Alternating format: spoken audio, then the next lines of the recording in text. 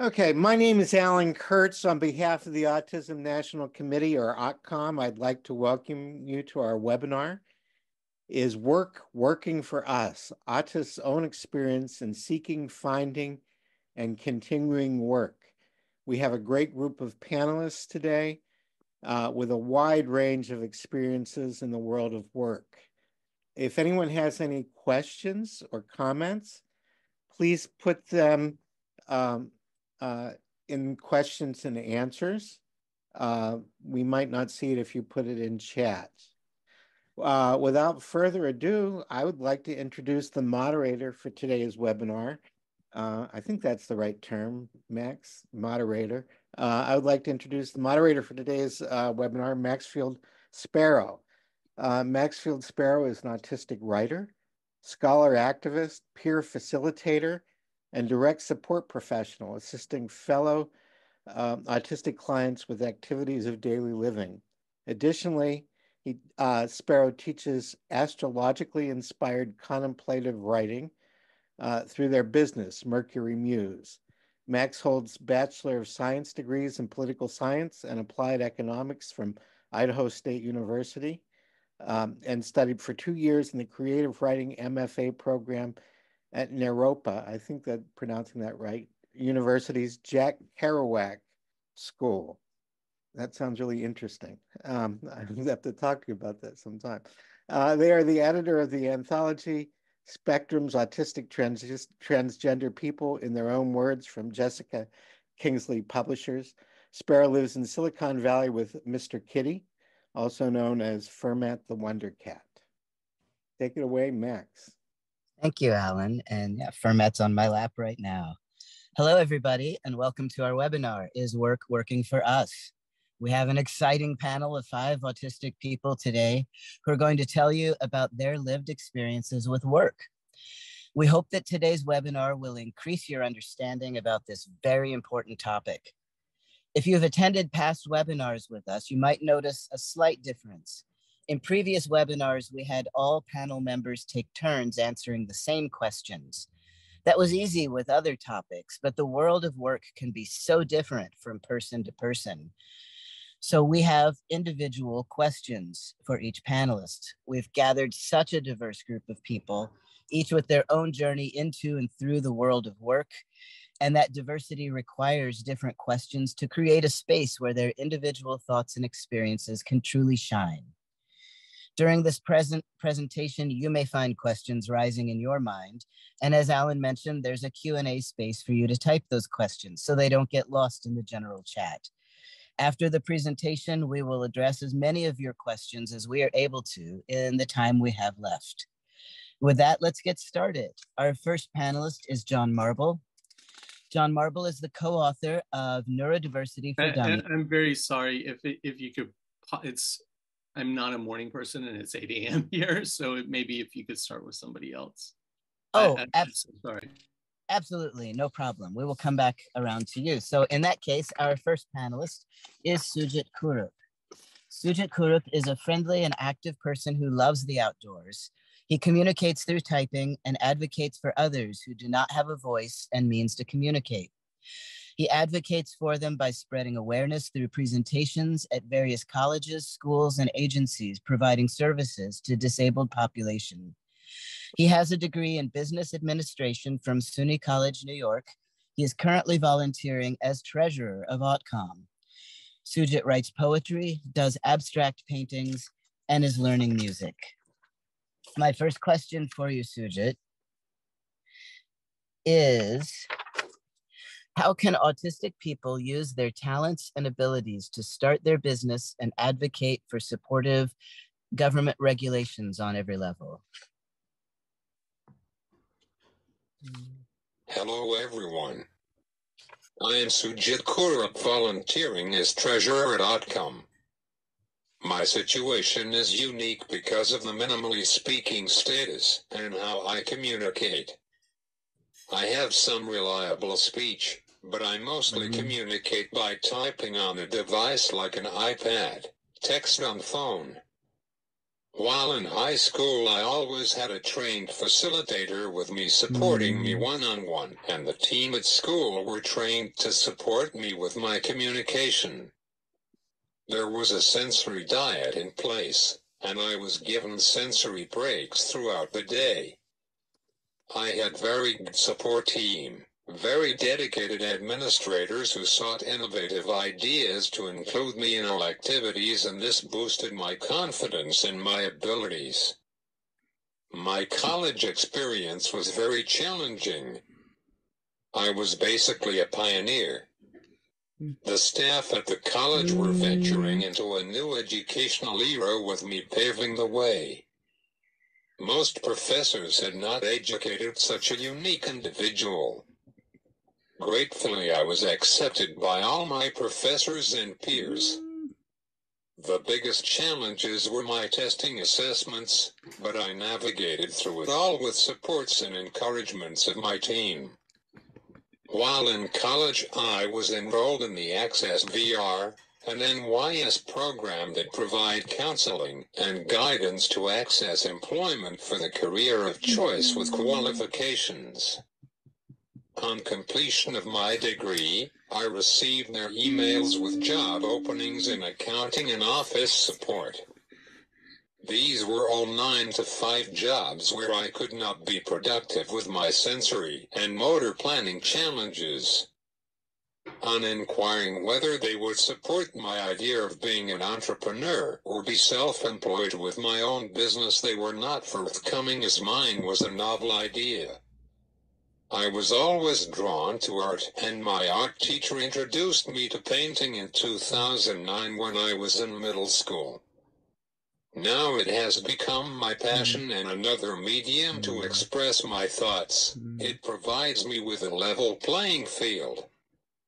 I have been showcasing my art at various exhibitions/art shows facilitated by my art teacher and on my own. When I had the idea of entrepreneur. Hello everyone. I am Sujit Kurup, volunteering as treasurer at AutCom. My situation is unique because of the minimally speaking status and how I communicate. I have some reliable speech, but I mostly communicate by typing on a device like an iPad, text on phone.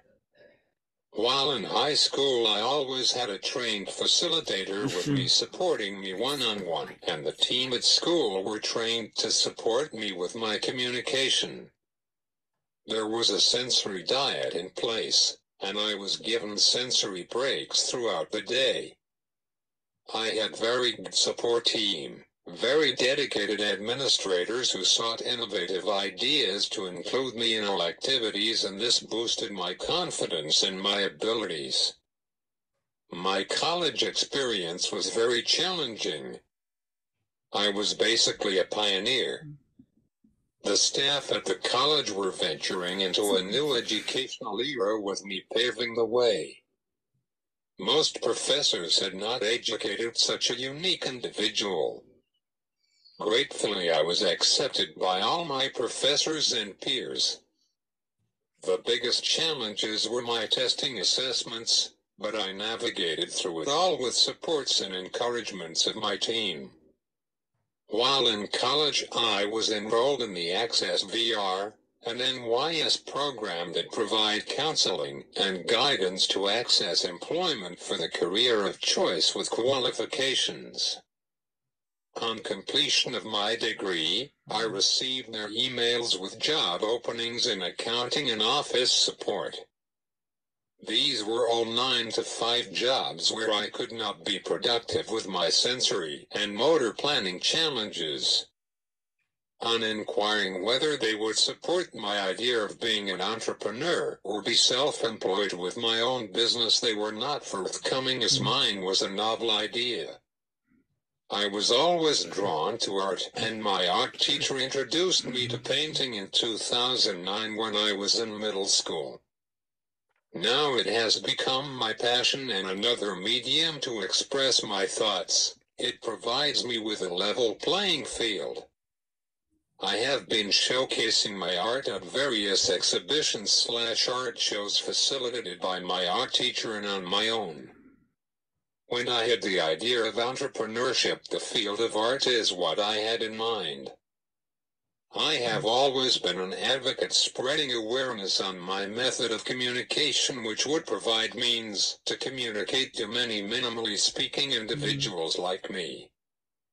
I continue to present at many schools, college classes and agencies with my message, supporting individuals with disabilities. For over a decade I am volunteering as a trainer at Inclusion and Communication Initiatives, Syracuse University, during their workshops and conferences, helping train facilitators, families and professionals from all parts of the country and world come to be trained as facilitators. I am greatly thrilled to help open doors of communication for many others like me, transforming their lives forever. For over a year now I have been volunteering as a treasurer in AutCom, Autism National Committee. I enjoy doing my work at my own pace and time, and the team at AutCom has been very encouraging. My degree in business administration has helped me in my job, and I am happy to be given the opportunity to apply what I learned. I appreciate the fact that AutCom has been in the forefront employing individuals with disabilities, which other employers should emulate. We all need to establish a strong support system that would help enhance our unique talents and abilities to become productive members of the society and be independent. Social media platforms can be used to help advocate and build awareness on the unique needs of people with disabilities that will help in providing a level playing field. Involving local legislators who would like to advocate for the causes of people with disabilities is very important for the formulation of favorable state regulations addressing the need for their gainful employment, creating a win-win situation.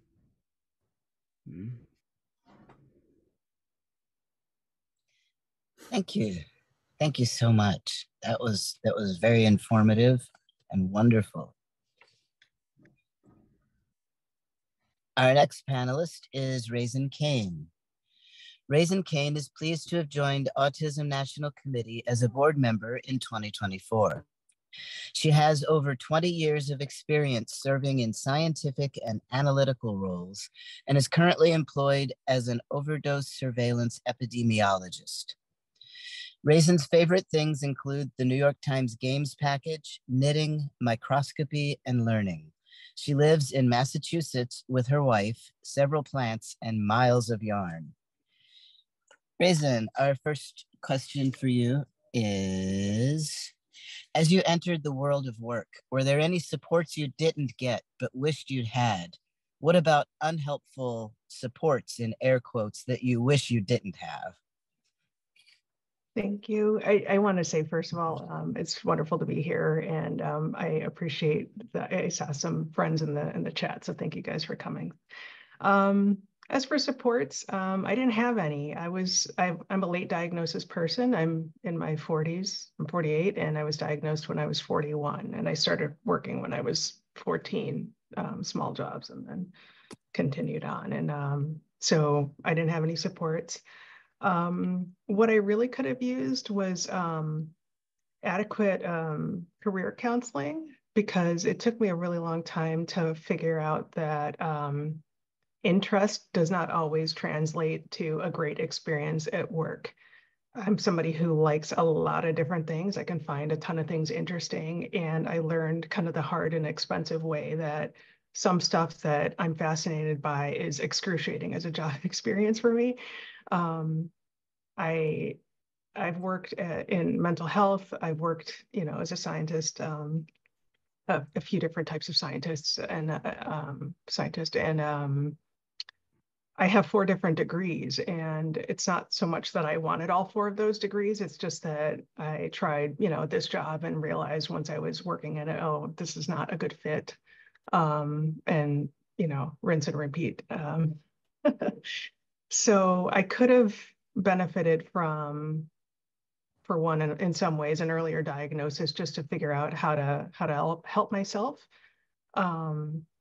And also just to figure out what kind of work environment and work responsibilities would have been the best fit for who I am. I also learned that supervision styles really mattered. So support can look like the kind of supervision that I like. And so for me, what that looks like is having a supervisor that understands the job and pays attention to the workload that we have and can adequately assess demand on an employee. Because I've had situations where my supervisor knows the job and does the job. And I've also had situations where the supervisor does not know the job, doesn't understand the job, doesn't understand what's being asked of me, and can't recognize overload just through assignments and stuff like that. And, I've also realized that support can look like, having a reachable supervisor that listens and cares. So those are the kinds of things that I could have used. And I also, this is kind of not exactly maybe what you were asking about with supports, but I feel like this is what fits me. Just feedback that I can receive, because I know that a lot of supervisors kind of like the feedback sandwich, where the bun is like something constructive, and then the middle is like, this is what's wrong or what you're doing wrong. And then, you close it with some constructive criticism. And I'm a person who just wants dump the bun and just tell me what you need me to do directly. Just tell me what you need me to do. And another thing that I find that I have always appreciated in work is when supervisors or whoever really thinks before they ask. I'm not somebody who does well with external processing, where they're speaking in 15 paragraphs of let me try to figure out what I'm asking, and I'm supposed to parse out what they want me to do. If it can be like a 3-sentence email, I would like this by this, and this is what I kind of want, that is great. Those are the kinds of things that work well for me. Excellent, thank you. You're welcome. We will go back to John now that John has woken up a little bit. As a fellow Californian, I feel you. It's really early right now. John Marble is the co-author of Neurodiversity for Dummies by Wiley Publishing and the founder of Pivot Neurodiversity, an organization empowering companies to modernize recruitment, hiring, and culture to better support neurodivergent employees. Additionally, he also teaches neurodivergent adults who are transitioning into the workplace. A former White House aide specializing in employment policy, John credits his autism, ADHD, and dyscalculia with gifting him the curiosity and unique perspectives he's repeatedly utilized throughout his career. John, when you wanted to start your own business, did you have the support that you needed to explore alternatives to traditional employment? No, but prior to that, thank you for that bit of cognitive flexibility for me. As I woke up, I do much better working at night. However, part of self-advocacy is also realizing what you need and communicating that to other people, which I should have done earlier. So, which is a wonderful lesson that I try to teach my students as well. So my apologies for that, and thank you very much. Honestly, I'm still looking for that. It's kind of a patchwork of trying to learn from other people who are self-employed and autistic. I asked people like Haley Moss, who you might be familiar with in Florida, who's a lawyer, who seems to just be a whiz at this. Nobody teaches us a lot of things. Nobody teaches us how we think as autistic people, and nobody really shows us the models out there. I desperately wish that there was more of that out there. I wish I had a solution to that. And if other people have a solution about how we can educate each other on self-businesses, I'd be more than happy to listen. Thank you.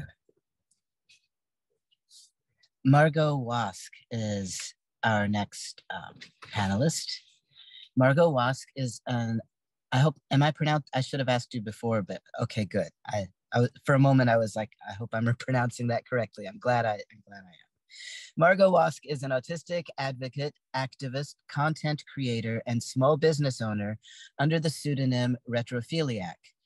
They are an Autism Canada ambassador and the Lower Mainland West Regional Director for BC People First. Margot, I have the same question that I asked John. When you wanted to start your own business, did you have the support you needed to explore alternatives to traditional employment? I did not. This was something that I created for myself. I have had businesses on and off since I was 12 years old. At the age of 12, I was buying and reselling vintage on eBay before any of these other apps like Depop and Poshmark existed. From there, I translated into creating very bright and vibrant visual art, which has actually recently been featured in Sugar Art for Autism. A bunch of my pieces were created by like cake artists, where they took my art and translated it for this project. It's absolutely beautiful. I've showed my art in different galleries. I've had my art made on cards and all kinds of stuff. And then from there, it translated into what I'm currently doing. So I've had the name Retrophiliac from vintage clothing to retro-inspired art to what I'm doing currently, which is communication aids that are primarily enamel pins for all kinds of different disabilities and access needs and stuff like that. The support was non-existent. Nobody wanted to help me. There wasn't a single grant. There still continues to not be a single grant. I have been fighting very hard, and I have gone to different provincial budget meetings to beg basically for a grant. The one program that exists called Community Futures EDP to help disabled and neurodivergent people run their own businesses recently got their funding cut. So we are up against,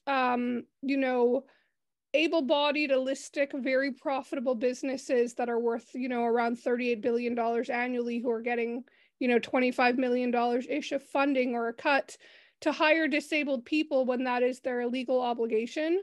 And we should not be funding that when they can fund it themselves. So they are essentially pivoting funding away from disabled and neurodivergent entrepreneurs.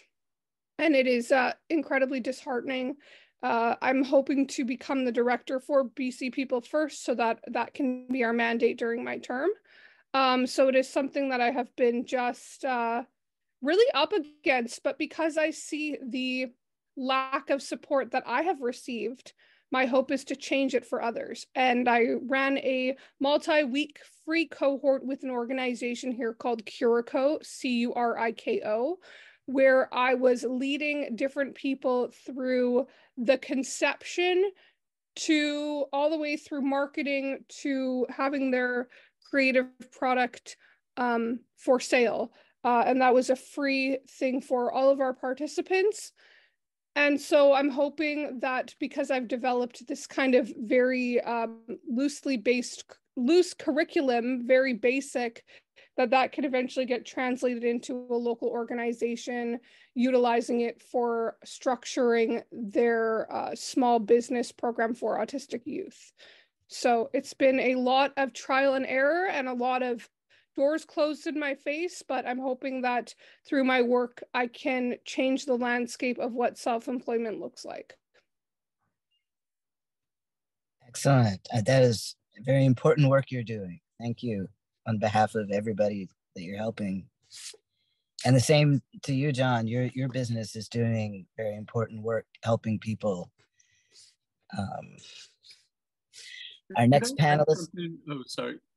Oh, go ahead.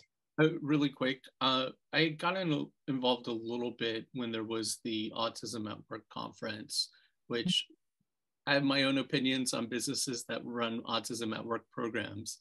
I think the last one that they were going to have right before COVID, I was making a big push that we need to have this track for autistic business owners. So it's just, I ramble, but that was a long way of me saying I really appreciate what Marco just said. Thank you. And with what you just said, I do run a group on Facebook called Made by Autistics Marketplace and Community. So we have 9.5 or 9,500 members-ish right now. And we're hoping that we continue that, especially with it being Autism Acceptance Month, that people are putting their money into the hands of autistic creators this month, but every month. And so, yeah, it's an online marketplace, and I'm a member. I didn't know that was you. It feels like I'm me. meeting a celebrity. Oh, well, thank you. Yeah, it's you know, I think sometimes at the grassroots level, we have to do the best we can to help serve our community and the communities that support us. Absolutely, absolutely. Thank you so much, both of you, for that. I don't know the word I was going to say for that side conversation, but it's not. That's at the heart of everything we're talking about today. And I appreciate that so much. Our next panelist is James Burke. Jamie Burke is 37 years old and a graduate from Syracuse University with, wait a minute, are you 37? I think last time that I introduced you, I said 37 and you're 27. Sorry for the unprofessional, but I want to make sure I get it right this time. 37, Max. Okay, you look so young. Congratulations. Jamie Burke is 37 years old and is a graduate from Syracuse University with a Bachelor of Arts degree from the College of Arts and Science. Jamie has used supported typing since age 5 and has progressed from supported typing to independent typing and typing with 2 hands. At age 12, he became able to use his voice to read his typing and continues to develop useful and reliable speech. He is a frequent presenter on behalf of the Syracuse University School of Education and also at conferences throughout the United States. Jamie has been invited to England, Wales, and Germany to speak about inclusion and the process of typed communication and the life-changing impact it can have for those who have difficulty speaking.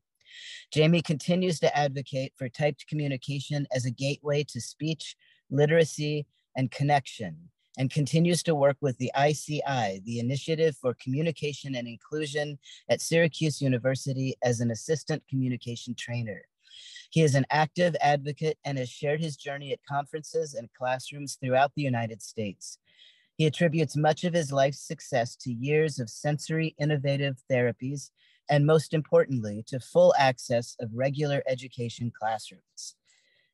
That is wonderful to have you with us today, Jamie. You such a terrific scholar. And I have for you the question, as you entered the world of work, were there any supports you didn't get but wished you'd had?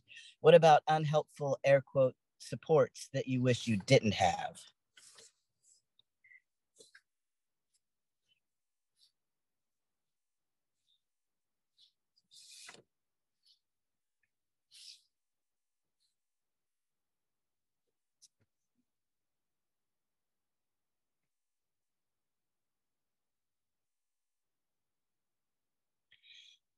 I can't hear you, Jamie. Are you muted?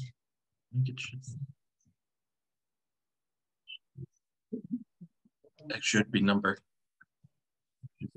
Should be. Oh, did I ask you the wrong question? Number 1. Yes. That. Oh, transition from school to adult life and work. Do you think you had the support necessary to explore careers that matched your interests? Yes. Thank you. My thought is that I was very stressed and focused about my university grades and doing well, so that the ideas of talking about and thinking about working was yet more stress for me.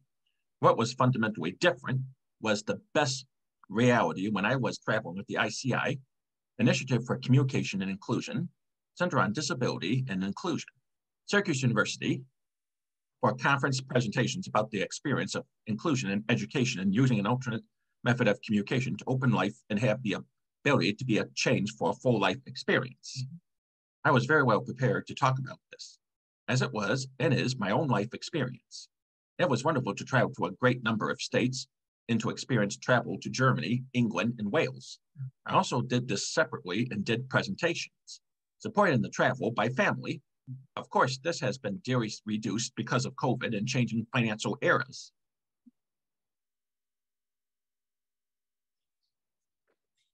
Thank you. Thank you, Jamie. If y'all see me shuffling papers, it's because I'm confused, but everything's together. I've noticed a lot of people are asking, will there be a replay of this? And yes, there will. This I don't have a timeline for it, but it will go up, I believe, on YouTube for people to watch all in the future.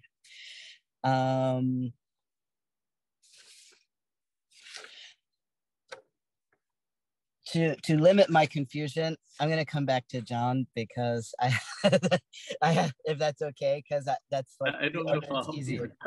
Yeah. John, as an autistic person working with people to help them find employment, do you find that being autistic makes it different for you versus non-autistic colleagues doing similar work?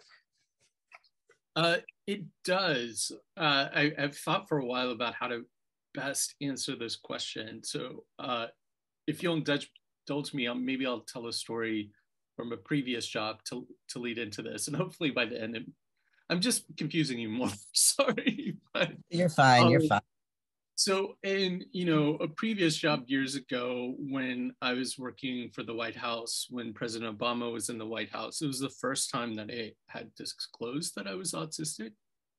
And I remember having lunch with Dave Noble, who was in White House personnel at the time, who kind of oversaw all the presidential appointees, and we're in the White House mess. And at the end of it, I said, Dave, I have to tell you something that only my parents know and my doctor and my best friend, but I have autism and I need to ask my manager for accommodation. I don't know how to do that.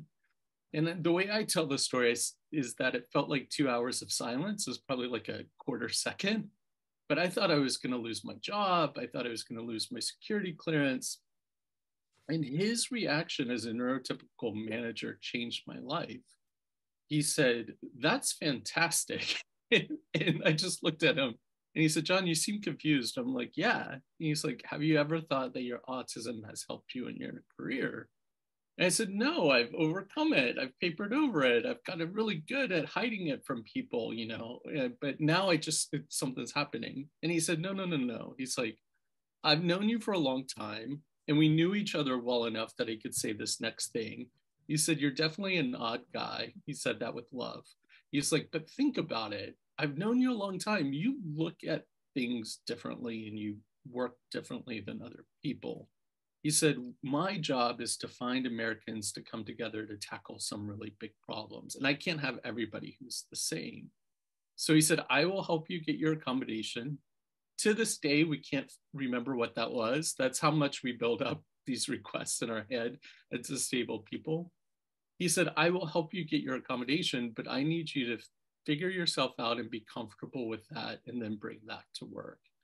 And it was a good year before I was able to get to that place of acceptance. And once I did, that changed everything because I started to realize, oh yeah, I see things differently than my colleagues.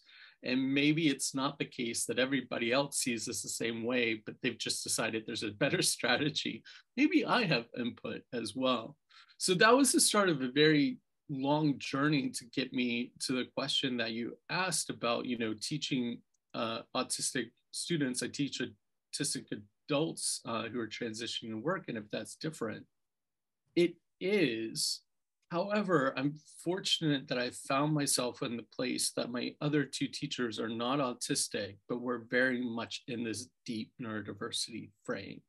I teach with my colleague, Ranga Jayaraman, who is in his 60s and the father of an autistic son.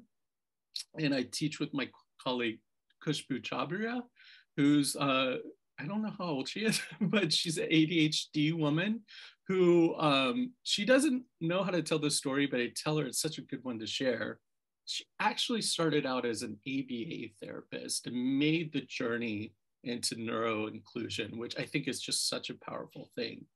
And the three of us are just so steeped in the fact that neurodiversity is normal and that disability is normal, that we are able to have different perspectives on things as we help our students, but not in a way that says like, oh, neurotypical is better than autistic people. So it's kind of that's a long-winded model, a long-winded way of saying that to me, that's kind of the model that I really hope for autistic people. And when I've seen companies kind of best support their autistic and otherwise neurodivergent employees, it's been when employees have started efforts themselves, like in neurodiversity employee resource groups. And maybe they partner with parents and friends, and they tend to drive the policy from there. So that is kind of my hope for where we go in the future. Excellent, thank you. That was a great answer. Back to Sujit. Sujit, we're hearing a lot about artificial intelligence lately. Undoubtedly, AI and assistive technologies are going to have a profound effect on the workplace for everyone. How do you think technological advances might affect employment and career opportunities for autistic individuals? Artificial intelligence, could be a game changer, providing accessible and inclusive means to access information and connect with others.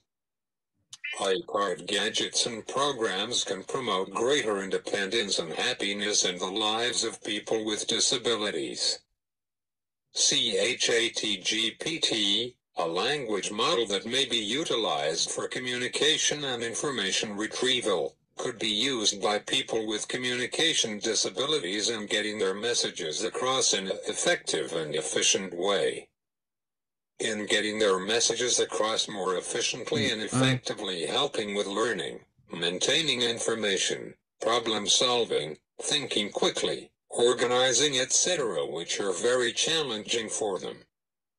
It could remove communication barriers and provide level playing field, helping them to more employment opportunities. Thank you. Back to Raisin.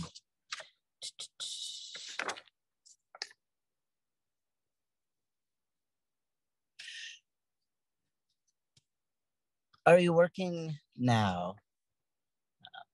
And if so, what does that work look like for you? What supports were available to help you get the kind of work that you do? I am working now. I work part-time as an epidemiologist, which I really love. My day-to-day looks like looking at medical records and police reports and figuring out the circumstances behind people's fatal overdoses, to learn more about what their lives look like. I write a lot of code using a software called it's called SAS, so it's for statistical analysis, and I really love that. And I also, on a rare occasion, work on infographics to relay what we like to the public. There's another question where I'll talk a little bit about like getting in the door, but I wouldn't say that I had supports to get in the door. I started there with an internship, an unpaid internship. Never thought I'd be an unpaid intern at like 40, how old I was when I started. And that led to like a temp job on the team that I'm on. And then later on, after I finished my MPH and my Master in Public Health in 2022, I became an epidemiologist. And this is the job of all the jobs that I've had that feels like truly the best fit for me. It it's a really supportive environment. Like, I work with a lot of kind of similarly minded nerds. Like data nerds are a special type of nerd. I just really like everybody on the team. And I think that's probably everything I have to say about that. I'm vibing with the data nerd. I used SAS in my social science. Oh, you did? Studies. Yeah. That's awesome. And man, that sounds like a great job, because also so much meaning. What you're doing is so important and can save lives. And that's I hope so. Having meaningful work is so valuable. For me, that's very, very important. I can't use skills for something that does not, for something I don't really care about. I had a graphic artist friend who used to design junk mail, and I felt so bad for him because he knew that everything that he was making would just go in the trash, and he was so talented. And, having a personal or caring about what you're doing is really important for me, at least. Absolutely. Absolutely. Margot. And I'm shuffling some more papers. And yeah, here we go. Did you have the support? I mean, you addressed this some in the first question, but this is expanding on it. Did you have the support that you needed to get your business started, and what helped and what did not? Is there anything you learned that might be useful to other autistic entrepreneurs or would-be entrepreneurs? Yeah, so I'll expand a little bit on what I was saying before. I didn't really have any help. The only help that I did get was a British Columbia Arts Council grant. However, that grant wasn't specifically for what I got it for. So my first pin was the neurodiversity pride infinity, my interpretation of it, where I separated all the colors, and it looks almost more like an infinite game board, which played really nicely in opposition to a puzzle piece. So an infinite game board with infinite possibilities versus feeling like broken or missing something. A puzzle is to be solved, but mine was more infinite and ongoing and full of possibilities. So generally speaking, when you're applying for like an arts council grant, you're applying for something that you are not going to profit off of. But because I was able to donate, I think, a portion of the proceeds to an organization, plus give some of the pins out, I guess they saw the merit in the work that I was doing, and they funded that. And so from there, that initial funding, I did receive a few more Arts Council grants, but again, there was no grant pertaining to exactly the type of work that I'm doing, and there still continues to not be. So I would say, think outside the box in terms of funding, even if a grant may not seem completely applicable for the work you're doing, try anyways, you never know. And, from there, having the few grants that I did receive, I have over, I think, 250 products right now. And I have my items in lots of different stores. I'm doing wholesale orders practically weekly at this point. And I have over, 11,000 sales on Etsy. So I've been kind of able to like grow and expand, but really the amount of help that's out there is really not much. And I would say that, again, like, think outside the box when it comes to your funding. Think of ways that you can get it out there. And if you have even a small amount of money, there are, small tangible things that you can create that you may be able to have a decent profit margin on that you can then reinvest in your business. But yeah, I would just say, like, if things seem really tough, try to not give up. Sometimes it's all about, instead of thinking that there's one way of doing things, to find an alternate way around that. Like, instead of going down the path that seems obvious, you might have to go down more of a winding path to get to your goal. Excellent. I've experienced that myself, launching my own business. It took me 3 years from getting the domain and saying, now I'm ready to launch my business, to actually launching it, because of what you're describing, the roadblocks that I had to find ways around. It's excellent advice. Jamie, the same question that I asked Raisin. Are you working now? And if so, what does that work look like for you? And what supports were available to help you get that kind of work? I would say I continue to do some conference presenting, but it is mostly accomplished through Zoom. I am an assistant communication trainer for the ICI, and this has so much value for me. My friend and cohort, Sujit Karup, offer our skills and everyday life experiences as assistant trainers. I have worked in research projects for lexical analysis projects, and in the message passing research project, I have contributed to wonderful authors' published writings. Authors Zach Rossetti, Carol Tashi, Alicia Broderick, Chrissy Hendrickson, Chris Cleaver, Christopher Cleaver, Doug Bicklin, and Ralph Severies have given me the opportunities that have been a work of joy. I have a great self-determination plan for my service agency here in Syracuse that has supported me since high school in being able to make my own choices in my life for financial supports for activities and for hiring community support staff. I currently have a solid community communication support person who has been working with me for almost 10 years. Support as a respectful cohort is paramount for me. Unhelpful support, perhaps more in my tender years when there was too much of it, but I was struggling myself to understand why I could not use my voice to speak my thoughts, and people trying to give helpful support simply made too many choices for me of their own selection. Thank you. John, were there things you struggled with as you got your business up and running? Were the resources for small businesses accessible to you? Well, I mean, no, and I think as someone who thinks like I do, it was hard to even know that there were resources without somebody modeling that for me. I think that's maybe a struggle that a lot of people have in what they're doing.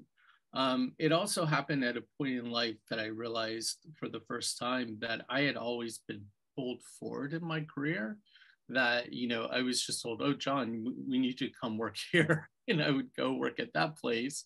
And then somebody else would say, well, we need, you know, you should be doing this.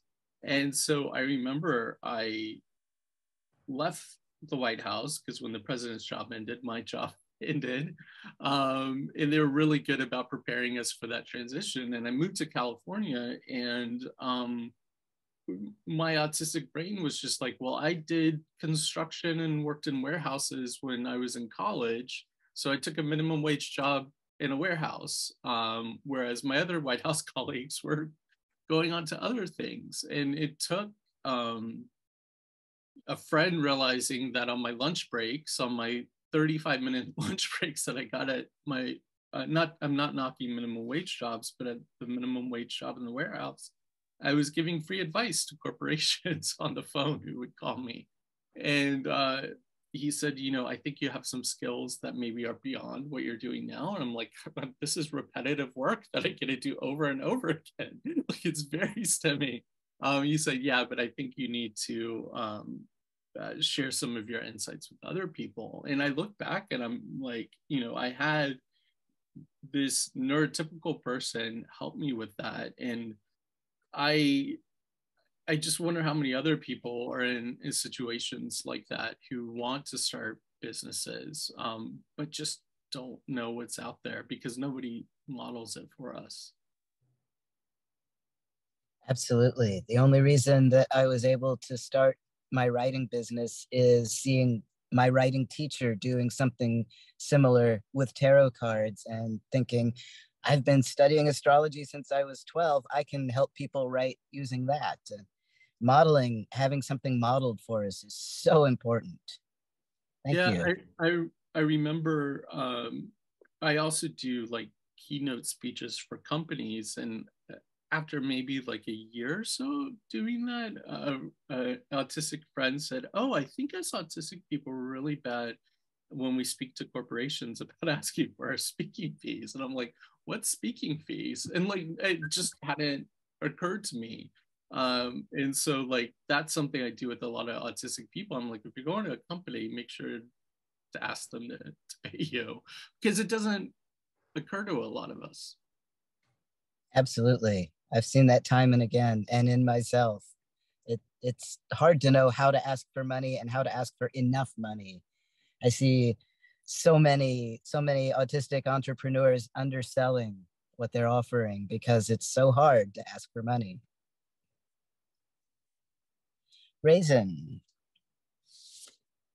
was there anything that you struggled with in actually getting hired, such as interviewing or onboarding? Were alternatives to traditional interviewing provided? Well, yeah, interviewing is not my favorite thing. I think most people aren't that into interviews. I'm always nervous. I've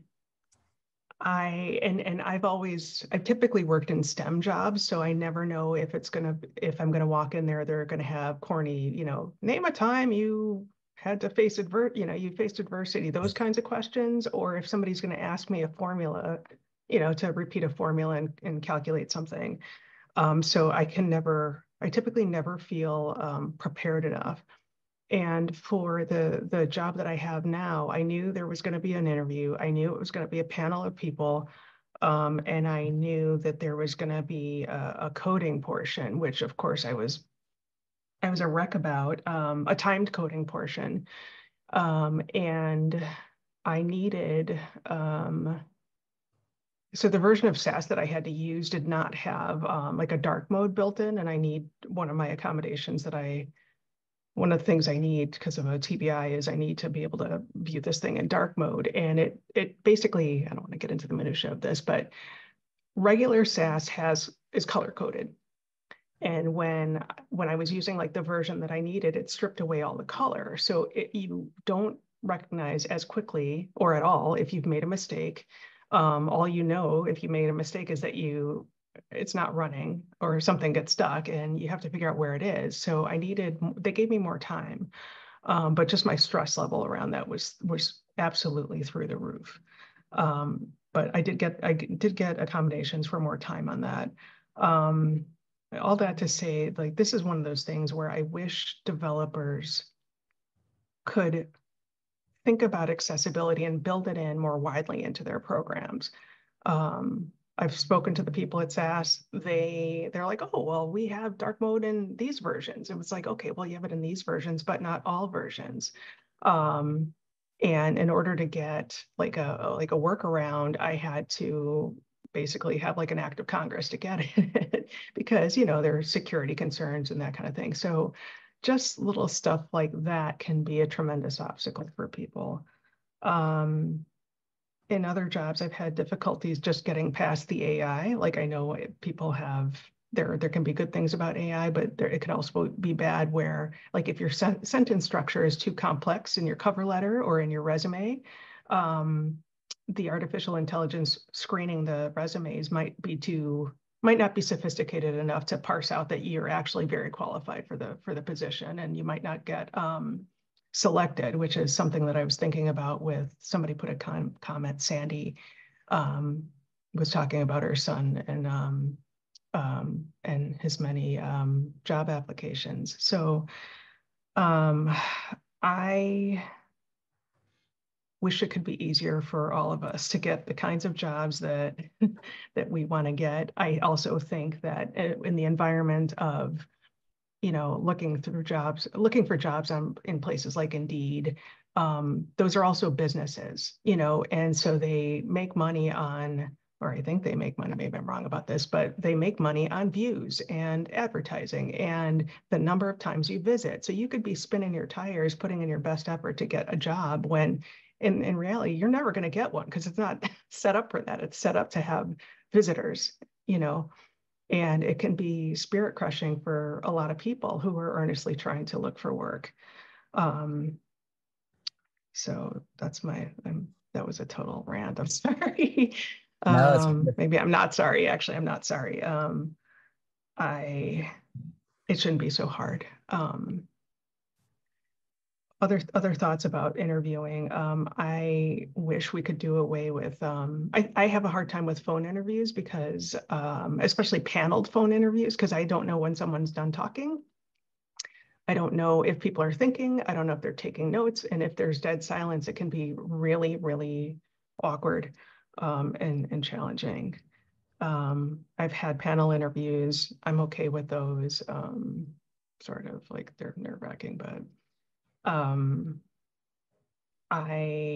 in a way, a panel is more comfortable because I can't really make eye contact. So if it's a panel, everybody might think that I'm looking at somebody else. Rather than if you're talking to one person, they know that I'm not looking at them like ever, or maybe for, a split second. And some people really, really care about that stuff. I don't, but I know that people care about that. It can be a reason why people don't select you. So those are my thoughts. Those are great thoughts. And oh my gosh, when you said that the SAS didn't have the color coding, I felt the panic of. I saw you. It's so much harder. Yeah. And it took me over a year to get to get color veil, which is like a it's an accessibility little 121 kilobyte program that just kind of puts a veil, like a color veil over the screen, so I can still see the color, but it's not a blinding white background. But yeah, small things can make a big difference. I have a friend who does, she's autistic and she works for one of the big streaming companies, and she wrote code for the back end for the servers that would code things. And she showed me before and after. I'm like, I don't even see how you could have read before because it's just this wall of text. Accommodations are so important. They really are. Margot, I'm going to ask you the same thing I asked John, which is, were there things you struggled with as you got your business up and running? And were the resources for small businesses accessible to you? You're muted. So the resources that were available were not, I don't know necessarily the lack of accessibility versus the fact that they didn't meet my needs. So I had reached out to Small Business BC, and it was not a very good interaction that I had. So moving forward, it was kind of like me figuring out how to do everything on my own, like literally everything. Figuring out, I don't know, like even like physical logistical things, like all the things that I needed. A lot of it I already taught myself because, the skills that I had selling on eBay, which realistically I learned a lot of how to sell on eBay from a website called Neopets, which is a kids gaming website, because you would have to list items on the auction and base that on the prices of the other items. So that translated into how I used eBay with my vintage clothing. And because, again, I was 12, it was kind of all happening at the same time. So I would take those skills of, okay, if I find this dress and it looks similar to another dress that's on eBay, well, I can utilize the pricing structure for what I'm doing as a kind of one-to-one comparison. And even still, with my business today, my pricing came from comparing it to other people doing similar things. So I feel like a lot of the practical knowledge that I got was really like self-taught, or there was even a website as a child growing up called Headbone Zone. And it had a lot of very amazing games that had to do with business or with like putting an input, like inputting data, or even like playing Roller Coaster Tycoon. Like those were the games that I enjoyed playing as a child. And I found that these challenges of like, okay, you're gonna lower the entry fee for the park, but you're gonna make the fees for each ride, a little bit higher or whatever. And so playing around with that really translated into how I run my business today. It's pretty awesome that I enjoyed those games. But, you know, like figuring out boxes for my shelves, figuring out what IKEA shelves to get, figuring out how I can fit the boxes on the shelves and where I should source that from, and getting my scale and getting my envelopes and figuring out Canada Post and all this kind of stuff. Nobody helped me. I couldn't find the help I needed. And really, like, even with finances, figuring out my finances was a little bit challenging. So, you know, I've come to the point where I'm doing so many transactions that I just hired a bookkeeper and I hired an accountant who's also my accountant. But there was no subsidies and there was no resources for that, which is I'm pretty sure I have dyscalculia that's not diagnosed, because I've always struggled with math to the point where I had mental breakdowns as a child and I would start crying and feeling panicked. And there are no subsidies for finances. The Community Futures Employment EDP program gave me a business coach, but she was teaching me how to do all the financial stuff. And I am so busy, I don't have the time for that. So yeah, getting my needs met were really difficult. I see that Wendy in the chat has been asking for consulting. I do business consulting. If anybody else does, I'm sure they can answer. And I will be starting my business consulting actually this upcoming week. So yeah, it's just been, you know what, I couldn't get the resources that I needed, but it is my absolute goal in life to help people with everything that I have been able to teach myself, because again, I'm neurodivergent as we are here. And so I can serve the neurodivergent community who would like to be small business owners just based on practical knowledge, really trial and error, and seeing what works for me. Absolutely. And that is so brilliant how you learned pricing and supply and demand from games. I played Neopets. I had a blue cow on Neopets, and what you learned, because I was in the marketplace too, and I took a microeconomics online class, and we used a lot of online models to learn supply and demand and pricing. And it's very much what you were doing. You were getting an economics education at age 12. And I applaud that so much. And I wish. It's super fun, you know, and even like there was the stock market on Neopets too. And they've recently redone Neopets. So yeah, I mean, I don't think that it is a bad thing for children who might be interested in business to play those games or to play tycoon games. Like, it is a fun way to learn pricing and inflation and loss and everything like that. And I always, ever since I was a very young child, I wanted to run my own business. Like, that was my dream. So, you know, and I'm doing it now. So it's pretty interesting. I'm very excited about what you're talking about, helping other neurodivergent people, because we need someone doing exactly what you're talking about, helping us understand how to navigate starting a business, and also for those of us who are like, I'm just this year transitioning off of benefits, and that's a big thing for entrepreneurs. If they're on benefits, that's a whole nother maze to navigate. Absolutely. So kudos. Jamie, I'm going to ask you the question I asked Raisin, which is, was there anything that you struggled with in actually getting hired, such as interviewing or onboarding? Were alternatives to traditional interviewing provided for you?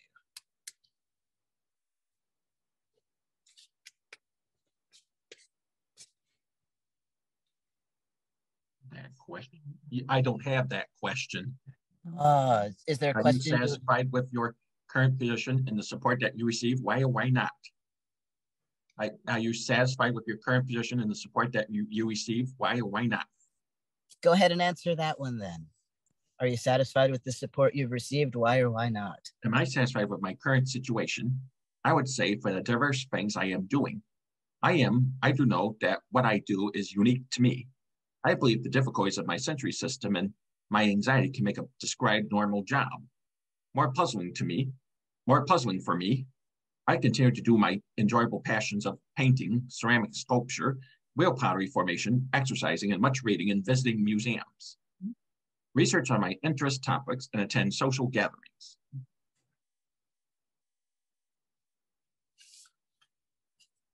Excellent. John, back to you. Did you have any problems navigating the social demands placed on you as an entrepreneur? I might have been clueless to most of them, so I'm not sure. This was not the Obama administration, but I took a contracted job between the Obama administration and moving to California. And I ended up getting penalized because I would not go out socializing with my boss afterwards. Not that I didn't want to, I was just exhausted at the end of the day. And come to find out later, it hadn't even occurred to me that that was something that was expected off your off time to go and do that. Since then, I've discovered that a lot of people kind of go through that exact sort of difficulty at work, but also the socialization part at work.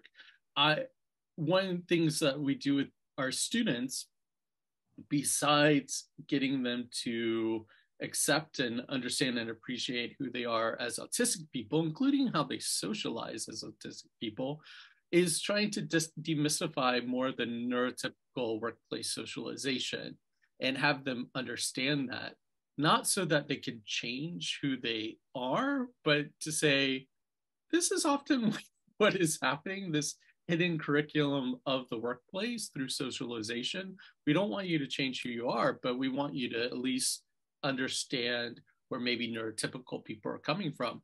And if you want to explore a bit in that world, that's fine. But if you want to find other ways to communicate that you're doing the job, that is fine as well.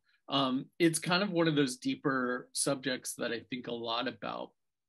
And I've actually focused on, when I also go in and train companies on how to support their neurodivergent employees, is kind of focusing on that end of saying, let's talk about this socialization, because maybe if it's a neurotypical audience, you might not be aware of actually how you're using socialization in the workplace. And maybe there's some other ways that you can engage with autistic people. And I've actually found a pretty good reception to that when I talk to people, that there's a lot of unawareness of like, oh, I didn't realize that I socialize differently than maybe somebody with ADHD or autism. So that's at least been a glimmer of hope for me in working with employees at companies. Excellent. Sujit, are you working now? And if so, what does that work look like for you? What supports were available to help you get the kind of work you do? In the two jobs, at ICI and AutCom, I work in the situation is favorable for me, as they were conversant with issues I had like motor planning and dyslexia, and my method of communication I use. Such understanding and supports are so difficult to find and few and far between, and may be the reason to find jobs that welcomes people like me in their organization.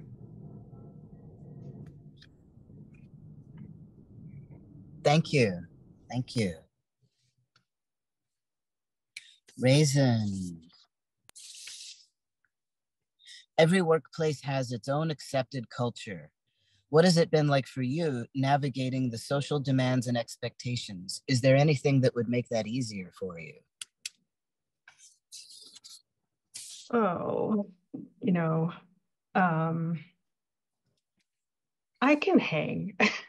It's just that I don't always want to, or I don't always want to do it in the way that's being proposed. I don't want to go to happy hour. I don't ever want to go to happy hour. I don't like pub noise. It's intolerable for me. I don't like drunk. I don't like being around people who are intoxicated. And I don't understand the emphasis on certain types of social interactions for team building. I don't think that's necessary. I don't always think that's necessary. And I have found that it's been kind of offensive where I've been invisible to people for years until they find out something like, I remember I told somebody I like Journey, and all of a sudden I'm worth talking to. And I'm like, are you kidding? That's what it took? Like, you don't like my work products, but I like Journey, and now we're friends. Like that's kind of that's kind of ridiculous, but okay, whatever it takes, I guess. But I don't understand why just being good at your job and being diligent and being reliable isn't enough for people to bother with you in a way that is beyond like, what can you do for me? You know, I would love for it to be easier for people to decline politely and that be respected. Like if somebody doesn't want to go, don't keep asking them. Don't pull them into the relay race for team building if they don't want to do it. I don't know. Let's see. I've had trouble with work in some workplaces where I have a number of identities that people just aren't familiar with. Like I might be the only Black person on staff. I might be the only queer person on staff. I might be the only autistic person on staff, or like all three of them together. People really don't know what to do with me. And it's only through like something like forced travel and they realize like, wow, I'm not that different from them, that they can actually talk to me. It's just kind of sad, the barriers that people put in the way of getting to know somebody just because they present or seem different from them. My current job, I work from home, and they do a really nice job of making sure people get to know each other through optional hangouts, you know, and I like that. Like I could go if I feel like it. I don't have to go. It's sufficient where I feel like I know my coworkers and I care about them like deeply, you know, and I just like the way that is structured. And it's also like the rule is you can't talk about work. It's really just a little hangout, and you can learn about, you know, people's pets or what they're into. And I do like that. I think that works well. And is that everything? I'm looking down at the notes I took. I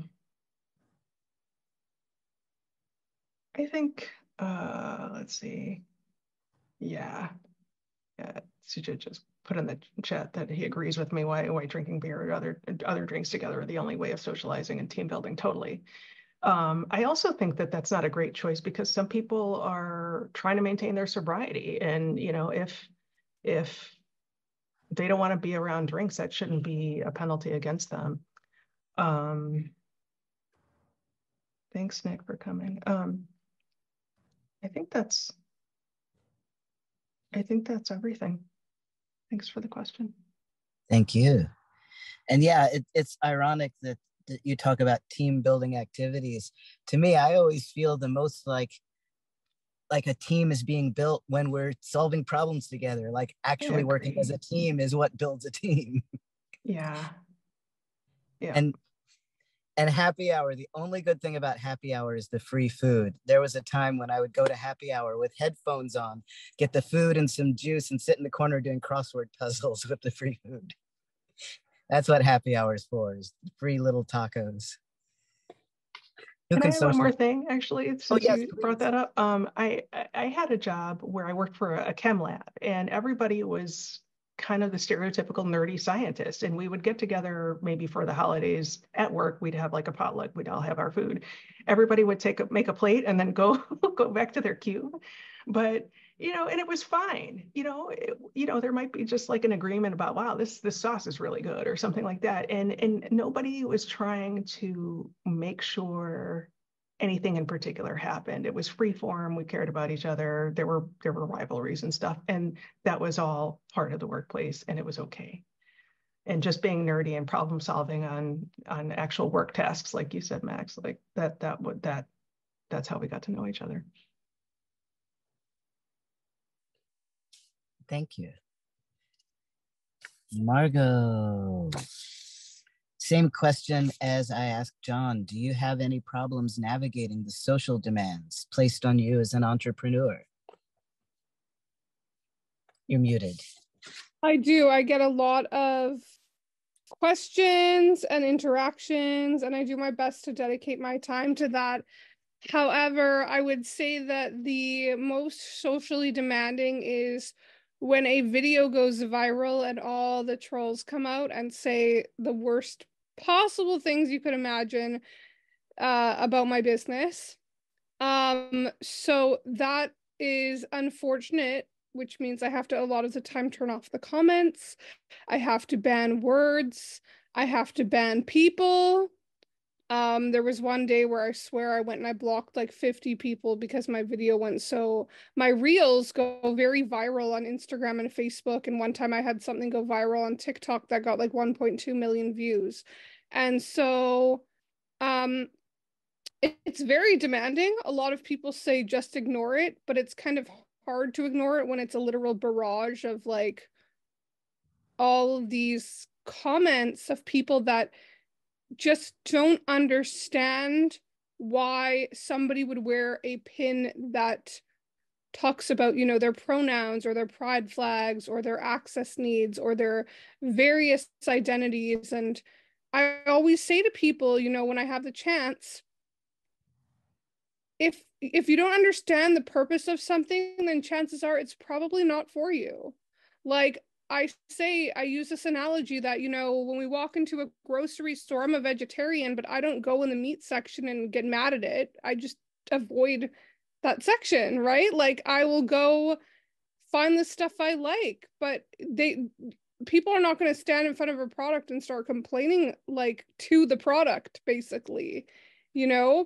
And so I think the social demands become a lot when it starts to lead to burnout. And fortunately enough, I do have a counselor who I meet with weekly, and it helps me to kind of debrief my week. And I think it's really important, especially as neurodivergent people, that we have an outlet for, you know, venting our frustrations, because it can be a lot to have to kind of harbor all of this. Well, basically I become a sponge, right? So I start to absorb all that negativity, and it's just really unhealthy for me. So I try really hard to focus on people who do benefit from my products. And I think having people be very positive, especially on my Facebook page, has been really nice. I think it's also important to make sure that you're setting out rules. So I have a list of essentially rules for my page. And if somebody, you know, tells me to just ignore it, I'll send them to the rules and say, you know, like telling somebody to ignore something can come off as very dismissive.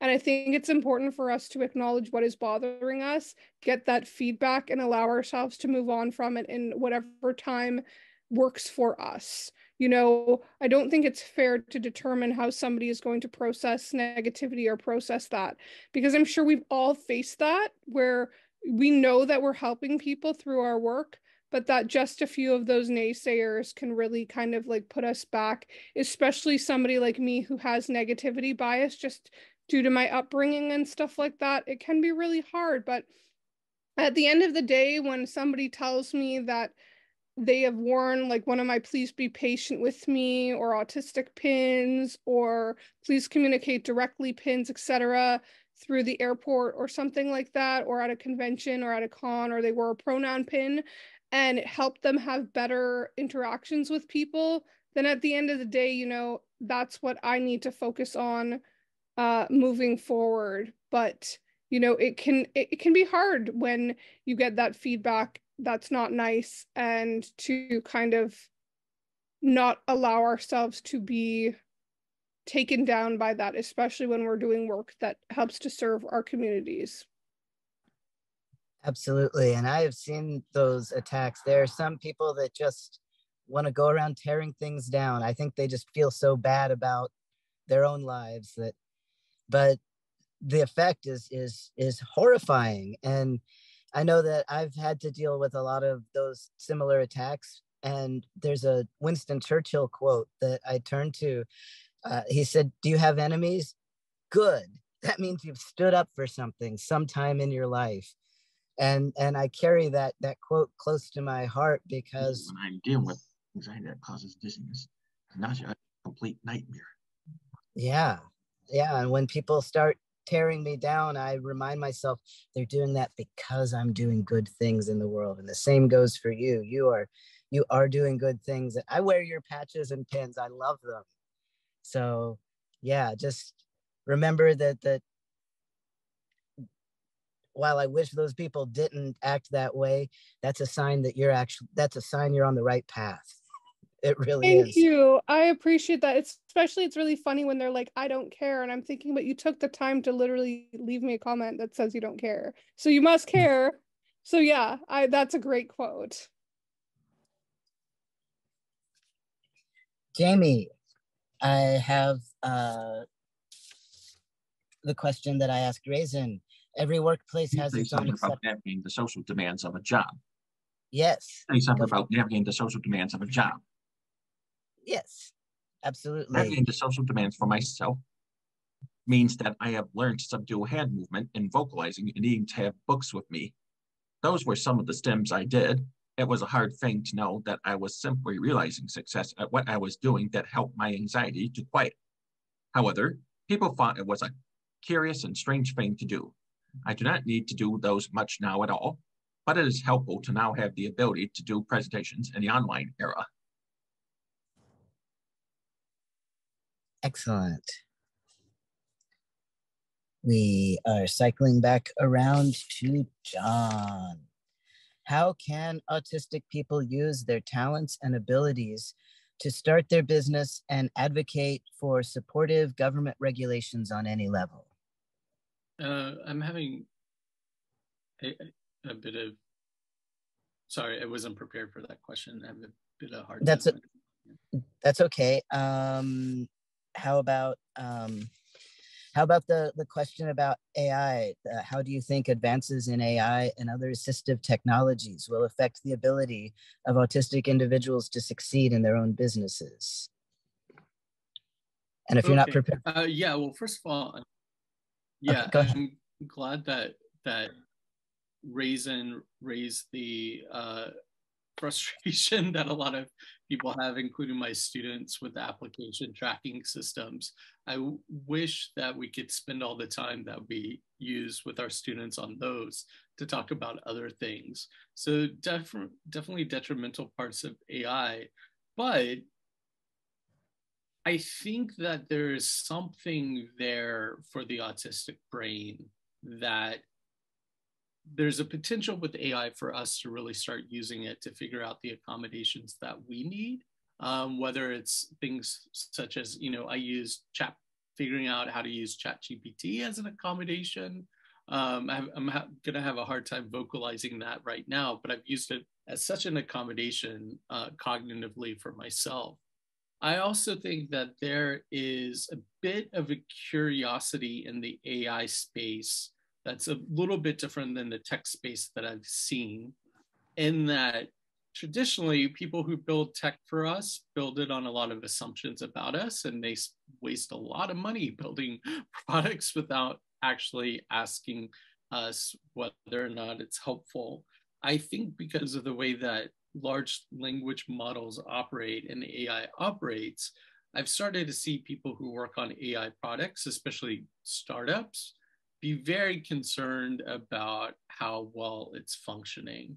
And so I think it's coming, that I don't know what it looks like just yet, but I do see larger autistic as well as disability participation and hopefully profit in building these things that can actually benefit us.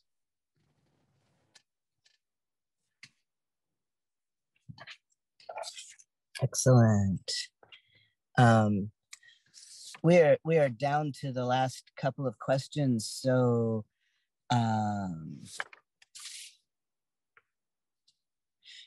Raisin, since you already talked about AI, you can say more if you want to, but I think for your last question, sometimes workplaces have unacceptable interactions.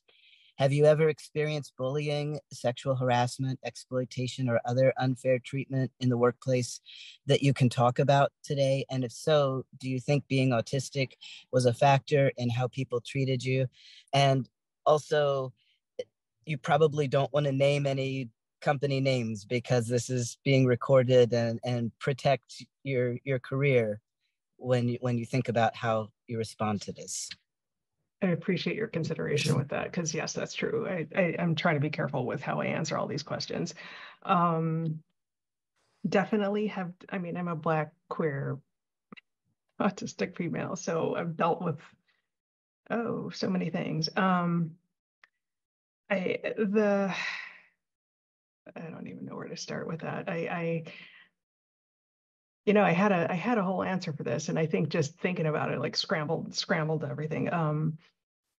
I'll talk about just being autistic on the job and what that can mean. And for me, it has meant, it has turned into exploitation a little bit. You know, these are paid, most of them are paid gigs, but what it can look like is somebody comes to me and says, hey, we have this new thing. Do you want to learn it? We think you'd be good at learning this. Okay, great. I learn it. I get good at it.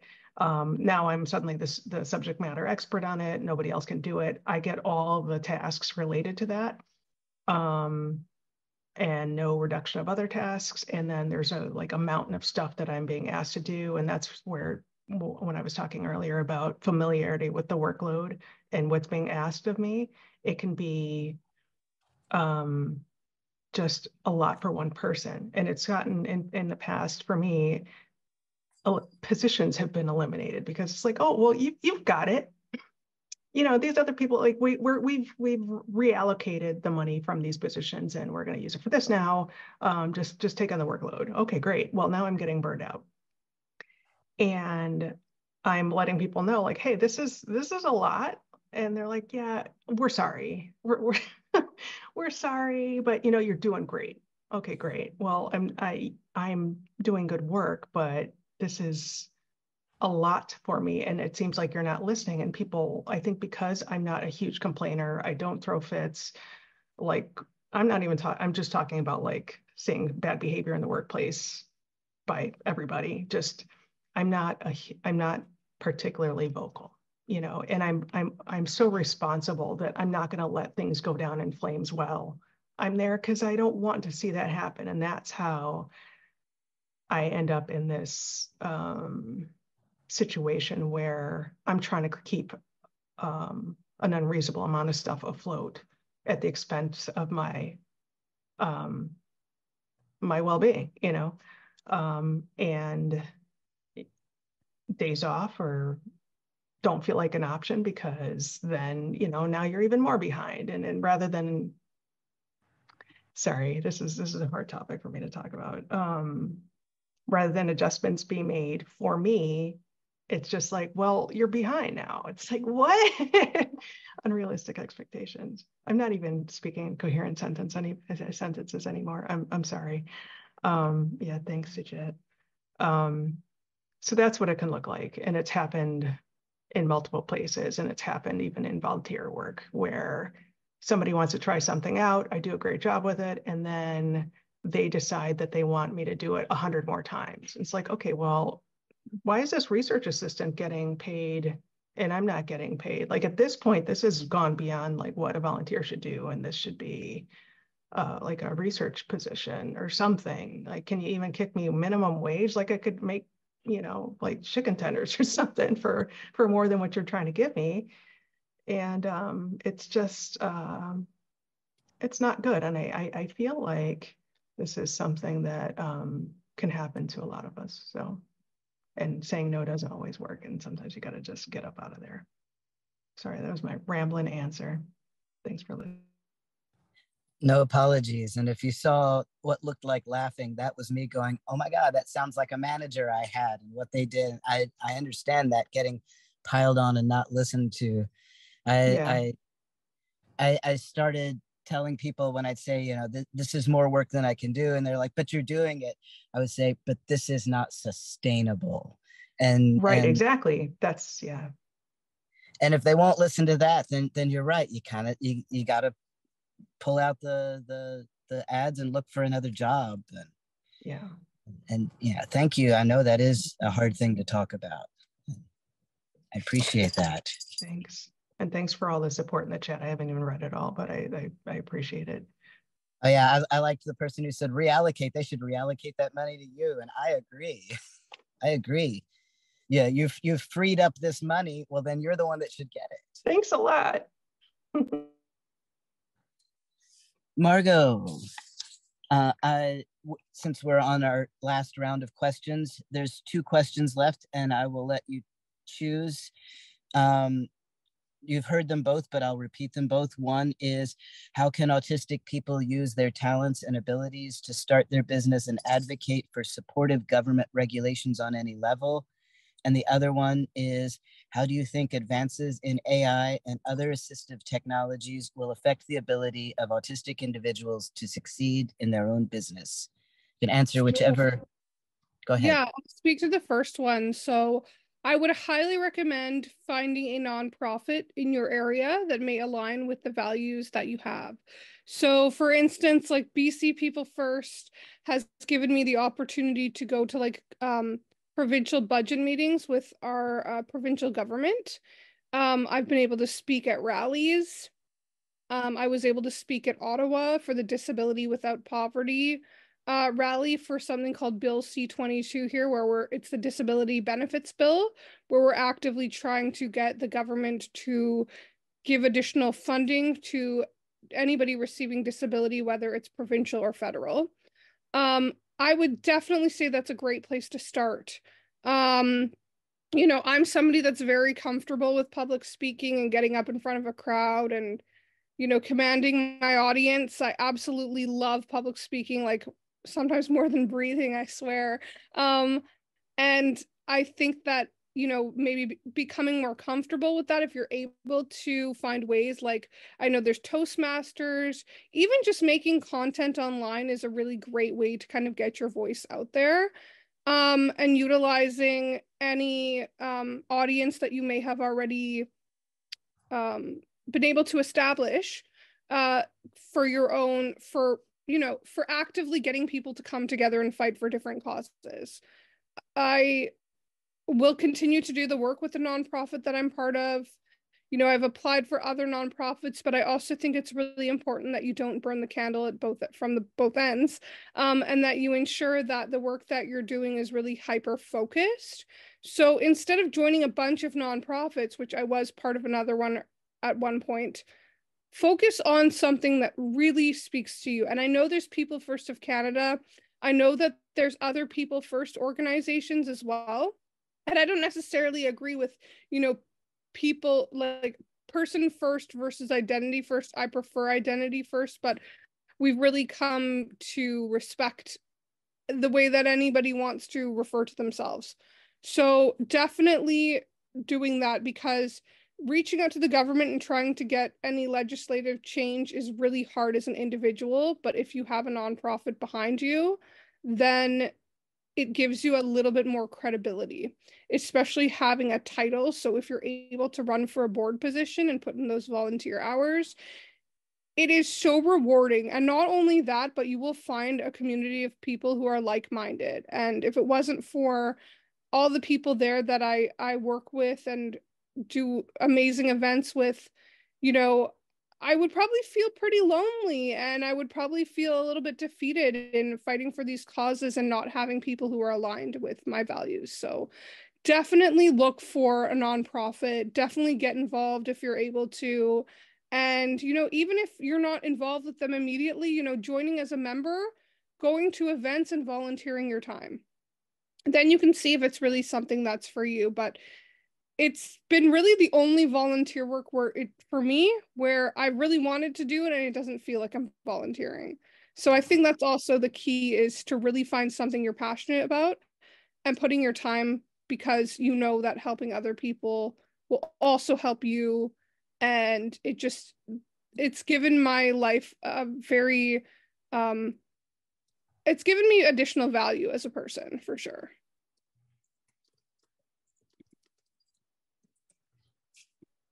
That is an excellent answer. And yeah, as a member of the AutCom board, I've experienced exactly what you're talking about. I put in the time to help AutCom succeed, and that gives me that little extra credibility that I'm a board member at AutCom.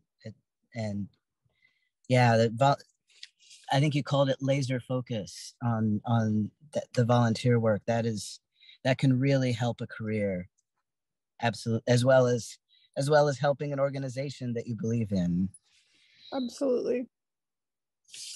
And Jamie, you get to choose between the question that Sujit answered earlier about AI or the question that Raisin answered about unacceptable workplace experiences.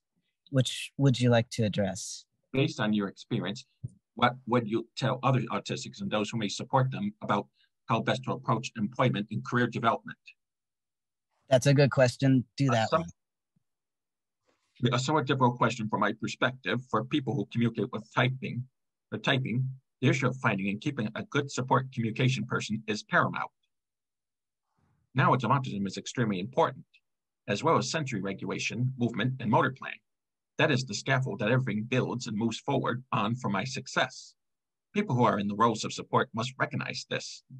Their knowledge is my power. I feel planning is important in the earlier years, but I feel so different now from when I was in college.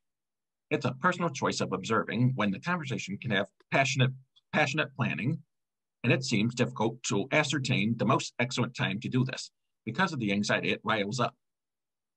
And thinking about AI, perhaps the passion of developing a language reality of transfer from thoughts to a device that can move around the complicated and difficult muscle pattern for speech would be important and exciting for people who do not have reliable speaking. Thank you. Thank you. That was excellent. It is now time for the Q&A. We have a few great questions, and I will present them one at a time to the panel, and anyone who feels moved to address answering that question can do so. And if nobody feels moved to answer it, then we will move on to the next question. All right, Max, the first question is from, I don't know how to, is it my cat? How can you improve your interoception? I love it. To judge your energy level. I struggle to tell when I am running low while being productive and end up really shut down the next day. Or is it actually okay and sustainable to work like that in bursts? Excellent question. And for people who might not know the word interoception, it's just a fancy way of saying feeling how you feel inside. Right. Would anyone like to address this question?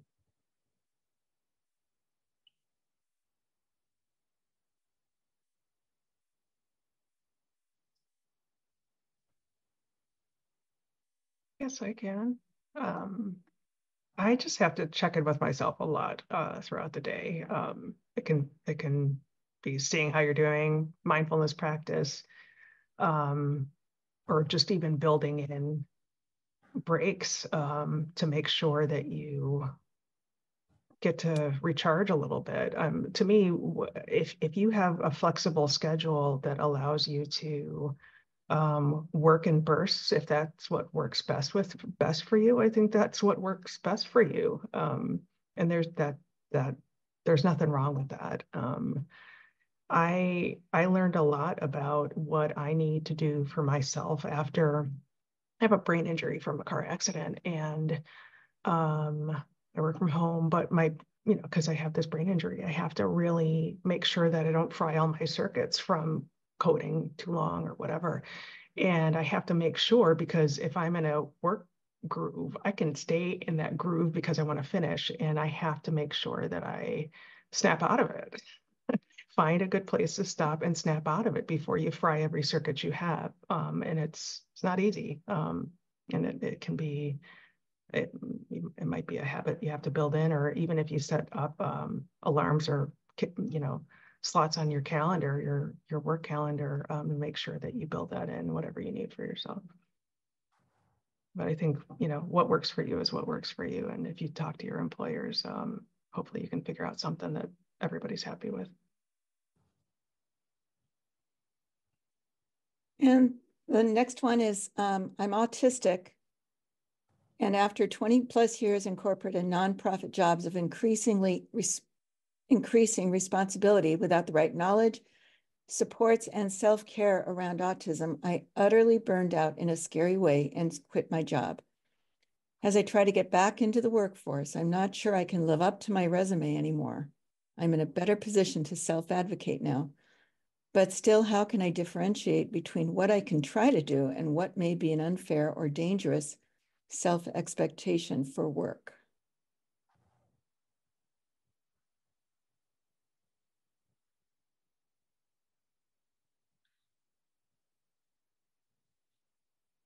I'd like to address that one a little bit myself. I find writing lists of things help me, like a list of things that made everything fall apart. Like what are the things that, and sometimes I have to be a detective. I'll say, oh, well, on this day, I just couldn't get out of bed. And so I'll just start listing all the reasons why I think I didn't have that energy. And that helps me shape what I can't do. And then I write a list of the things that I love that give me energy. And some of them are work things and some of them are not work things. And the work things tell me what kind of work I should be doing. And the not work things tell me what kinds of things I should be doing to feed my energy levels to be able to do the kind of work I like. And so just the act of making those lists a lot of times helps me sort out what's going on. It's not like there's more information at the end than there was at the beginning, but it's in a way that I can see it and think about it more clearly when I write it out. Anybody else want to talk about this? Or type about this? I think utilizing a calendar is a really great thing as well, along with the list that you were suggesting. I think scheduling time for yourself or allocating specific amounts of time to your work, it's something that I need to do more of, and I just haven't been doing that. And I'm getting to the point of being burnt out. So it's kind of finding a really good balance. And again, for me, having the work balance with trying to get myself to doing some fitness and also having counseling. I think it's really important to just find that balance where you're looking after, not only your employment situation, but your body and your mind as well.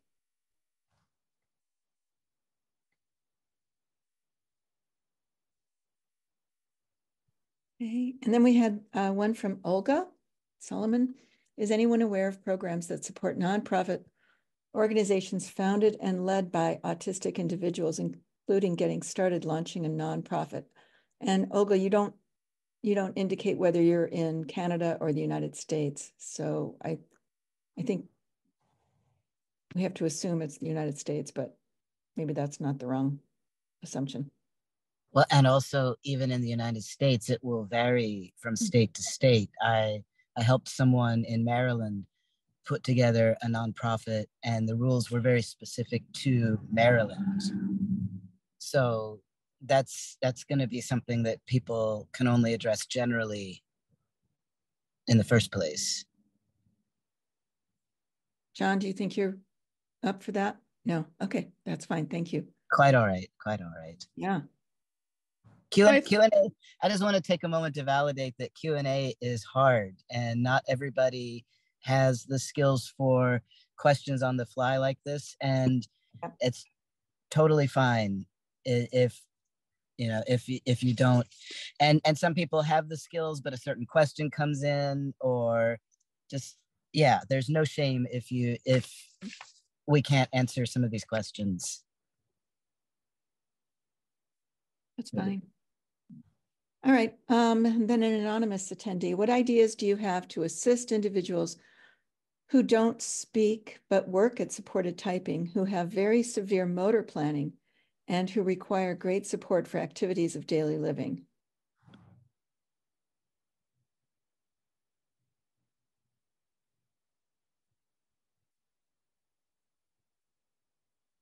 Might be something for Jamie or Sujit.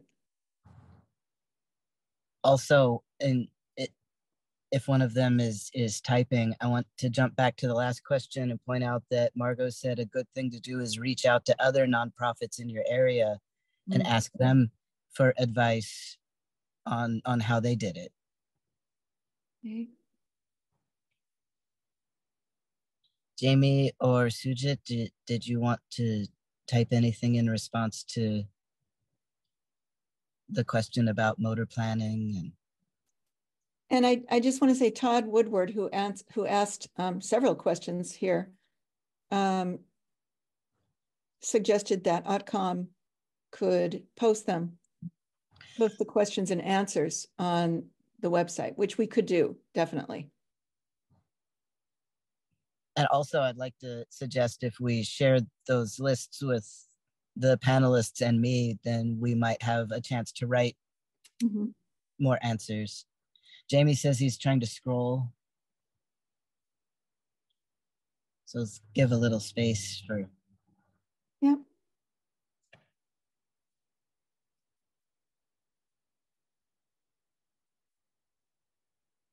You're muted, Jamie, if you're trying to talk. As a person who was typing to communicate in college, I was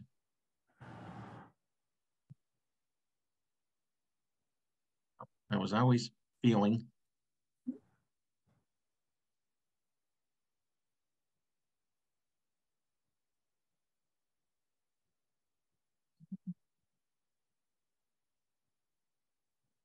in college, I was always feeling under observation and had a hard time to relax.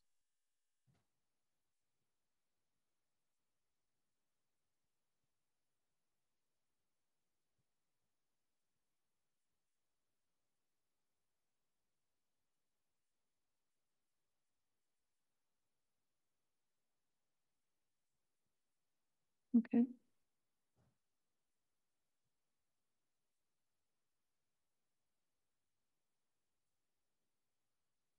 Sorry.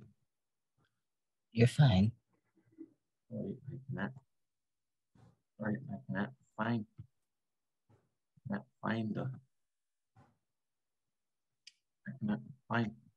the message.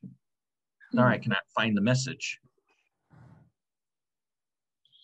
And Sujit, sorry, I just wanted to let you know that in the Q&A tab at the bottom, I'm answering a few questions that are going into the answered tab. So just letting you know. Oh, great. Excellent. And I wanted to read out loud what Sujit said. So difficult to answer that question, as that is a tough question as we are struggling with our situation. Absolutely. That's fair.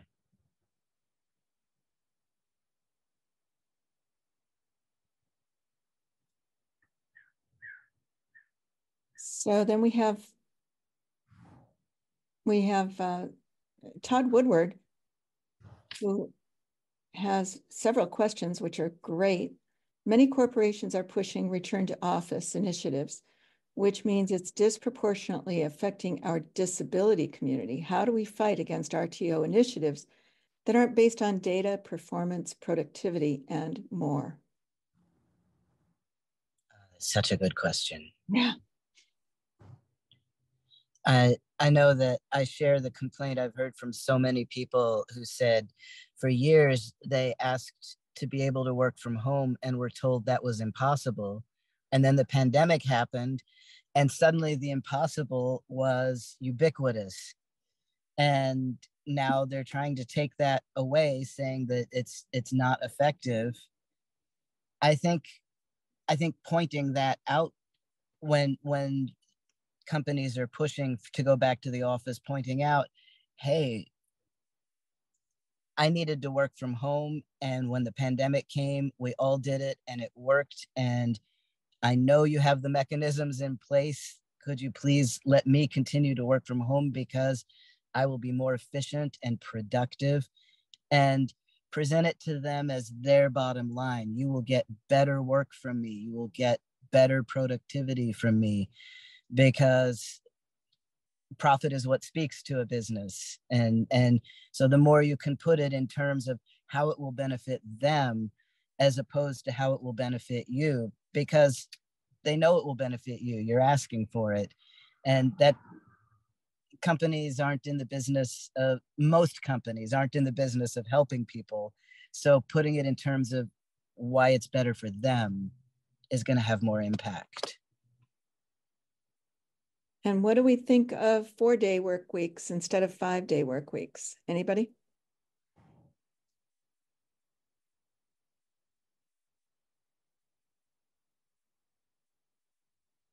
I think it's great, but I work 7 days a week, and I probably would even if we had 4-day work weeks. Yeah.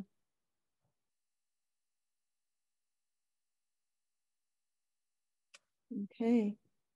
Well, I think what we should do is save these questions and answer them. I think we have something called the communicator. AutCom publishes, it's a newsletter that we publish quarterly, supposedly. And I think that might be a good place to put the answers to these questions.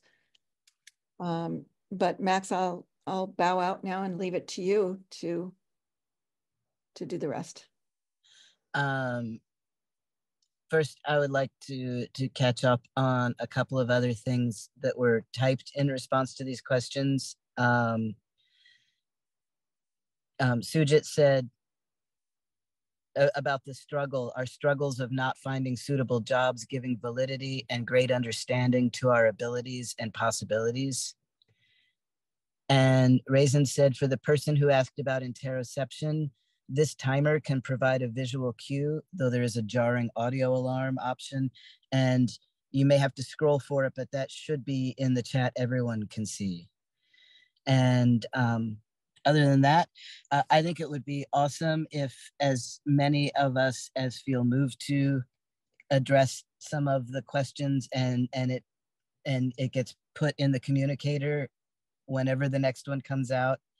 That would be wonderful. And also, it's absolutely fine if nobody wants to address those questions, because y'all did a great job here. You helped a lot of people by sharing your experiences and your thoughts. And I am so grateful for the 5 of you, and grateful to AutCom, and grateful to the audience now and in future replays. Thank you, everybody, for coming and being part of this. And I hope you all have a wonderful day. Thank you. Thanks for coming, everybody.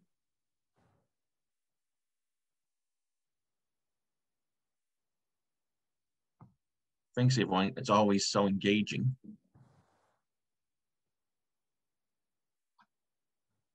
So thank you. I do. This was amazing. Yay. You did an amazing job. I really enjoyed it. We had some good questions and good participation in the chat. That was awesome. Get in here.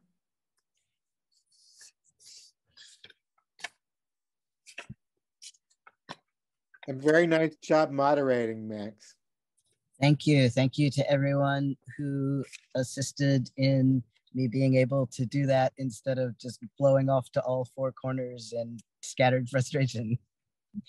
That was much appreciated, your support. We are so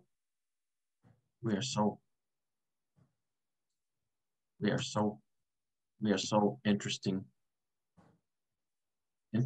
in our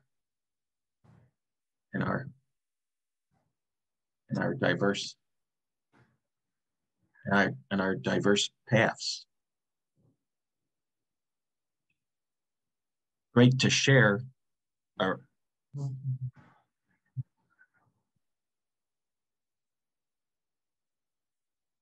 I agree. This was such a diverse panel, and that is one of the strengths, that everyone was coming from very different backgrounds and experiences.